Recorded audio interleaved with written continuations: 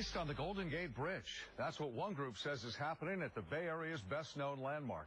2 investigates caught highly paid bridge painters not working like they're supposed to, and you're paying for it. KTVU's Melanie Woodrow live at the San Francisco side of that bridge with what our cameras caught.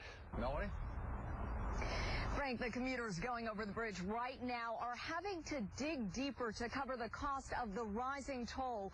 As your toll at the Golden Gate Bridge goes up, we caught bridge painters sitting down on the job. Our cameras rolled as Golden Gate Bridge painters started more than an hour late and took breaks that lasted nearly twice as long as they should. Bridge painter Chris Bartlett, are you guys working as efficiently as you should be? Are you really clocking an 8-hour day? Every day, throughout every day. We staked out the bridge after the International Union of Painters and Allied Trades, also known as DC-16, showed us this video. DC-16 captured bridge painters throwing out their paint suits in a public garbage can and shaking out their gear over the bridge. Both potentially dangerous practices as painters were removing old lead-based paint from the bridge.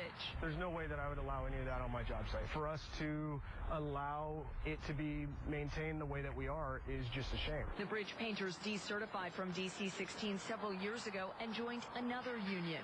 They say because DC-16 raised their dues. While the feelings between the two are contentious, even the bridge painters admit DC-16 caught them on camera making mistakes. You can't look at that video and say, oh, they got a grudge. Look at it, they're picking on us again. No, you got to look at that video and say, you know what? This is stuff we got to fix. And that's what we've been doing. Bartlett said since this video was taken, the crew tightened up. But when we visited the bridge 5 hours into their workday, bridge painters had worked closer to 3.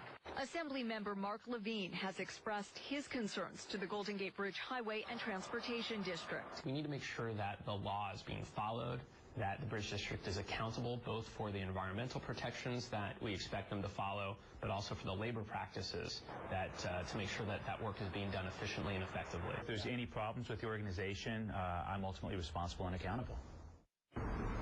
That was the Bridge District General Manager. Even he admits to 2 investigates that he has caught the bridge painters on his cell phone not using their time or your money wisely. We'll have the results of his investigation tonight on the 10 o'clock news. We'll also let you know what's being done about it. Reporting live in San Francisco, Melanie Woodrow, KTVU Channel 2 News. By the way, the Department of Toxic Substances Control is currently overseeing cleanup of lead-contaminated soil underneath the Golden Gate Bridge.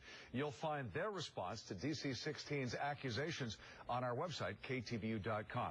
And if you have an idea for 2 investigates, we'd sure like to hear from you. Email